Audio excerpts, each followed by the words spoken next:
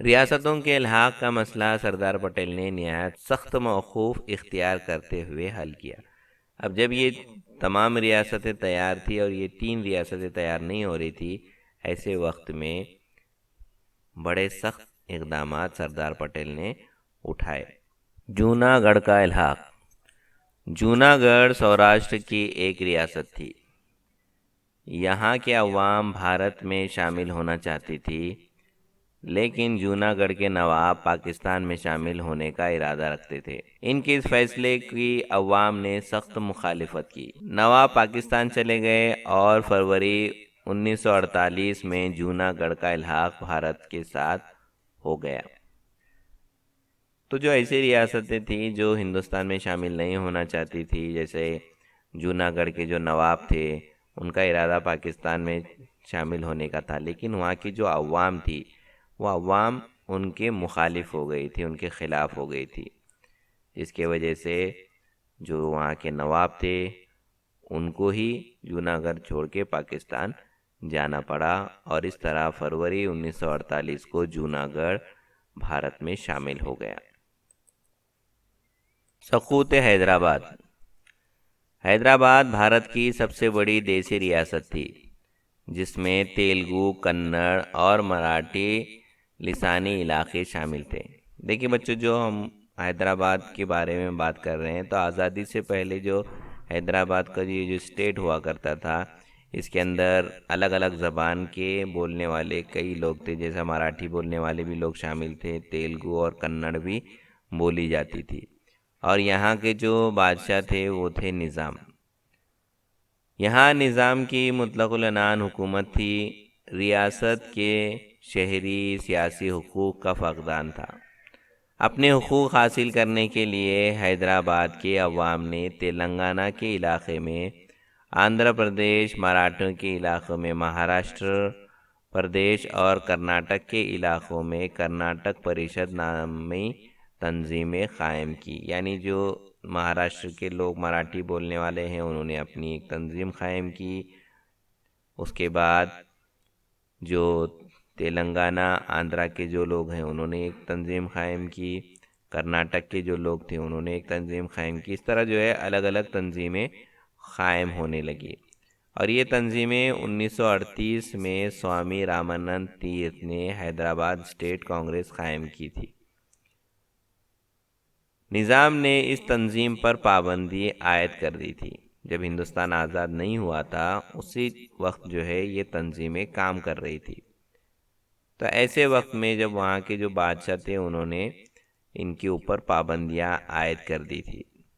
Hyderabad state Congress کو منظور کروانے اور جمہوری حقوق حاصل کرنے کی جدوجہد شروع ہو گئی۔ اس جدوجہد کی قیادت سوامی رامانند تیرتھ جیسے مجاہد نے کی۔ انہیں نارائن ریڈی اور سراج الحسن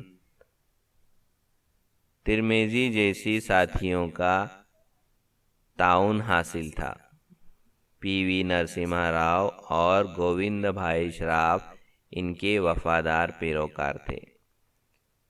تو یہ تمام لوگ جو ہے حیدرآباد اسٹیٹ جو تھا، جو کہ نظام کے قبضے میں تھا، ان کو ہندوستان میں شامل کرنے کی کوشش میں پیش تھے، یعنی جدوجہد کر رہے تھے، آگے بڑھ کے لیڈ کر رہے تھے۔ جولائی 1947 میں حیدرآباد اسٹیٹ کانگریس نے ریاست حیدرآباد کے بھارت کے ساتھ الحاق کی تجویز منظور کی، لیکن نظام نے بھارت مخالف موقف اختیار کیا۔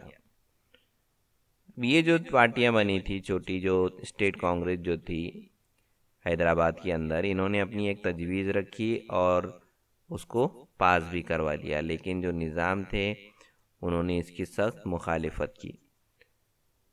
وہ پاکستان کے ساتھ حیدرآباد کے الحاق کی تیاریاں کرنے لگے۔ وہ پاکستان میں شامل ہونا چاہتے تھے۔ نظام کے معاون قاسم رضوی نے حیدرآباد کے عوام کے بھارت کے ساتھ الحاق کا مطالبے کو مسترد کرنے کے لیے رضاکار تنظیم قائم کی۔ قاسم رضوی اور اس کے ساتھیوں نے غیر مسلم اور بھارتی جمہوریت کی حمایت کرنے والے مسلمانوں پر بھی سختیاں کی، جس کے خلاف عوامی غصہ بھڑک اٹھا۔ بھارتی حکومت نظام کے ساتھ مصالحت کرنے کی کوشش کر رہی تھی، لیکن نظام کی جانب سے مثبت رد عمل کا اظہار نہیں ہو رہا تھا۔ آخرکار بھارت حکومت نے 13 ستمبر 1948 کو نظام کے خلاف پولیس کارروائی شروع کر دی۔ اس کا کوڈ نام آپریشن پولو تھا۔ آخرکار 17 ستمبر 1948 کو نظام نے سپردگی اختیار کر لی۔ ریاست حیدرآباد کا الحاق بھارت کے ساتھ ہو گیا۔ ریاست کی عوام کی جدوجہد کامیابی سے ہمکنار ہوئی۔ اس لڑائی میں آریہ سماج نے نمایاں خدمت انجام دی۔ تو جو حیدرآباد کا اسٹیٹ تھا وہ 17 ستمبر 1948 کو بھارت میں، ہندوستان میں شامل ہو گیا، جو کہ سخت پولیس کارروائی ہوئی، جس کو پولیس ایکشن بھی کہا جاتا ہے، جس کا نام ہے آپریشن پولو۔ تو یہ تمام چیزیں ہونے کے بعد، کئی ظلم زیادتی ہونے کے بعد جو ہے حیدرآباد کو بھارت میں شامل کیا گیا۔ سقوط حیدرآباد میں مراٹھواڑے کا تعاون۔ اس لڑائی میں سوامی رامانند تیرتھ، بابا صاحب پرانچپے، گووند بھائی شراف، اننت بھالے راؤ، آشا تائی واگھمارے وغیرہ نے اہم کردار ادا کیا۔ وندے ماترم تحریک کے ذریعے طلباء نے بھی سقوط حیدرآباد میں حصہ لیا۔ سقوط حیدرآباد کے دوران ویدک پرکاش، شیام لال، گووند پانسرے، بہرجی شندے، شری دھر ورتک، جناردن ماما، شعیب اللہ خان وغیرہ نے اپنی جانیں قربان کر دی۔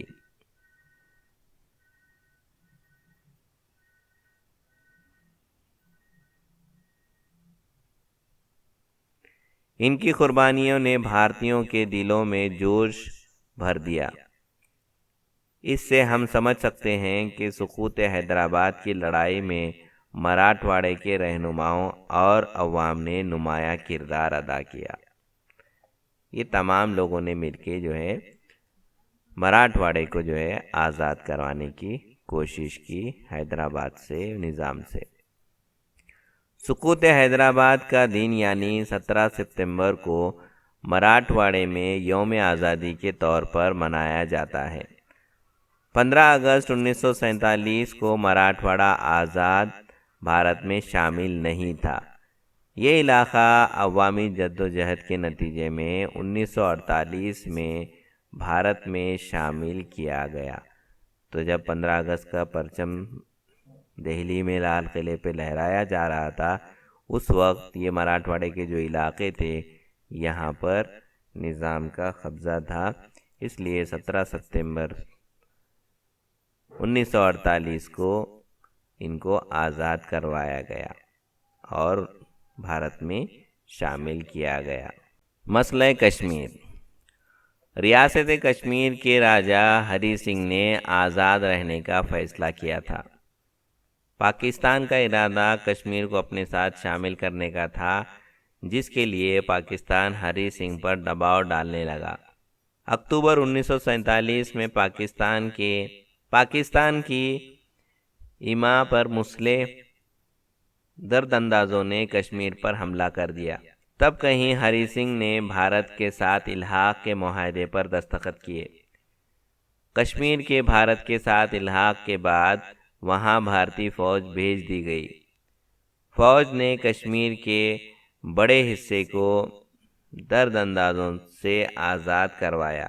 جو فوج تھی انہوں نے جو قبضہ کیے تھے لوگ، ان سے جو ہے آزاد کروایا، در اندازوں سے آزاد کروایا۔ البتہ کچھ حصہ پاکستان کے قبضے ہی میں رہا۔ تو اس طرح جو ہے کشمیر کا مسئلہ بھی حل کیا گیا کہ وہاں کے جو بادشاہ تھے جن کا نام ہری سنگھ تھا، ان کے اوپر پاکستان کی طرف سے دباؤ تھا، لیکن وہ جب نہیں مانے تو پاکستان نے ان کے اوپر حملہ کیا، اور ہری سنگھ جو وہاں کے بادشاہ تھے ان کو بھارت کی مدد لینی پڑی، اور اس طرح بھارتی فوج کشمیر میں داخل ہوئی اور انہوں نے جو قبضے والا علاقہ تھا ان کو پیچھے کی طرف دھکیل دیا۔ اس طرح جو ہے کچھ حصہ پاکستان کی طرف چلا گیا کشمیر کا، اور جو زیادہ حصہ تھا وہ ہندوستان میں شامل ہو گیا۔ فرانسیسی نوآبادیات کا الحاق۔ بھارت کی آزادی کے بعد بھی چندر نگر، پونڈوچیری، کاریکل، ماہے اور یانم پر فرانسیسی قابض تھے۔ یہاں کے عوام بھارت میں شمولیت اختیار کرنے کے لیے بے چین تھی۔ بھارتی حکومت نے مطالبہ کیا کہ یہ علاقے بھارت کا حصہ ہیں، اس لیے انہیں بھارت کے حوالے کر دیا جائے۔ فرانس نے 1949 میں چندر نگر میں استصواب رائے کروایا، جس میں عوام نے بھارت کے حق میں فیصلہ دیا، لہذا چندر نگر کو بھارت کے حوالے کر دیا گیا۔ بعد ازیں فرانس نے دیگر علاقے بھی بھارت کو سونپ دیے۔ دیکھیے بچوں، جو علاقے یہاں پہ جو نام دیے ہیں، یہاں پر جو فرانس کی حکومت تھی، انہوں نے کیا کیے، وہاں پر لوگوں کی رائے جانی اور اس کے بعد فیصلہ کیا کیا کرنا ہے۔ اور جب لوگوں کی جو رائے تھی وہ یہ تھی کہ ہم کو ہندوستان میں، بھارت میں شامل ہونا ہے، اس طرح جو ہے یہ تمام علاقے فرانس نے چھوڑ دیے، بھارت کے حوالے کر دیے، اور یہ تمام حصے بھارت میں شامل ہو گئے۔ گوا کی آزادی کی لڑائی۔ پرتگال نے اپنے قبضے والے بھارتی علاقے بھارت کے حوالے کرنے سے انکار کر دیا۔ اس علاقے کو حاصل کرنے کے لیے بھارتیوں کو جدوجہد کرنی پڑی۔ اس لڑائی میں ڈاکٹر ٹی کنہا سر فہرست تھے۔ انہوں نے پرتگالی حکومت کے خلاف عوامی بیداری پیدا کی۔ اس مقصد کے تحت انہوں نے گوا کانگریس کمیٹی قائم کی۔ 1945 میں ڈاکٹر کنہا نے ممبئی میں گوا یوتھ لیگ قائم کی۔ 1946 میں انہوں نے گوا جا کر تقریر کرنے پر پابندی قانون توڑا۔ انہیں 8 برس کی قید سنائی گئی۔ 1946 میں ہی ڈاکٹر رام منوہر لوہیا نے گوا کی آزادی کے لیے ستیہ گرہ شروع کیا۔ انہوں نے پابندی کے قانون کو توڑتے ہوئے مڈگاؤں میں تقریر کی، جس کی وجہ سے پرتگالی حکومت نے انہیں شہر بدر کر دیا۔ دیکھیے بچوں، ہندوستان میں جو علاقہ ہے، ایک چھوٹا سا ہماری ریاست ہے گوا، وہاں پر پرتگالیوں کی حکومت تھی، اور اس کی آزادی کی جو لڑائی ہے اس کے اندر یہ ڈاکٹر ٹی کنہا جو ہے، انہوں نے بہت بڑا کام کیا اور اس کو آزادی دلائی پرتگالی حکومت سے۔ اس دوران گجرات کے دادرا اور نگر حویلی میں پرتگالی نوآبادیات کی آزادی کے لیے آزاد گومنتک پارٹی قائم کی گئی۔ تو یہ جو حصے ہیں اس کے ساتھ ساتھ گجرات کے اندر دادر نگر حویلی ہے، یہاں پر بھی ایک پارٹی بنائی گئی جس کا نام تھا آزاد گومنتک پارٹی۔ 2 اگست 1945 کو اس پارٹی کے نوجوانوں نے مسلح حملہ کر کے دادر اور نگر حویلی کو پرتگالیوں سے آزاد کروایا۔ اس حملے میں وشوناتھ راجا بھاؤ، سدھیر پھڈکے، نانا صاحب جاکر وغیرہ شامل تھے۔ 1945 میں گومانتک سمیتی قائم کی گئی۔ اس کمیٹی نے مہاراشٹر میں ستیہ گرہوں کی کئی ٹکڑیاں گوا بھیجی۔ اب یہ جو تحریک تھی یہ بڑھتی چلی گئی، اور یہ جو پارٹی بنی تھی اس کی کئی جو ہے ٹکڑیاں بنی، اور وہ تمام جو ہے گوا کے اندر بھیجی جانے لگی، جن میں این جی گورے، سیناپتی باپٹ، یہ تمام لوگ جو ہے اس کے اندر شامل تھے۔ مہادیو شاستری جوشی اور ان کی اہلیہ سدھا تائی بھی شامل تھی۔ موہن راناڈے گوا مکتی تحریک کے سرگرم رہنما تھے۔ پرتگالی حکومت نے ستیہ گرہوں پر بے حد ظلم کیے۔ جس طرح انگریز ظلم کر رہے تھے، اسی طرح پرتگالی بھی گوا کے اندر اپنی حکومت چلا رہے تھے، اور آزادی کی تحریک چلانے والے جتنے رہنما لیڈران تھے ان کے اوپر بے حد ظلم کیے جاتے۔ اس کے بعد بھارت میں اس کے خلاف عوامی غصہ تیز ہو گیا۔ اب جب ہندوستان پورا آزاد تھا اور ایسے وقت میں گوا کے اوپر پرتگالی قابض تھے، اس کے وجہ سے ہندوستان کی عوام میں بہت غصہ تھا۔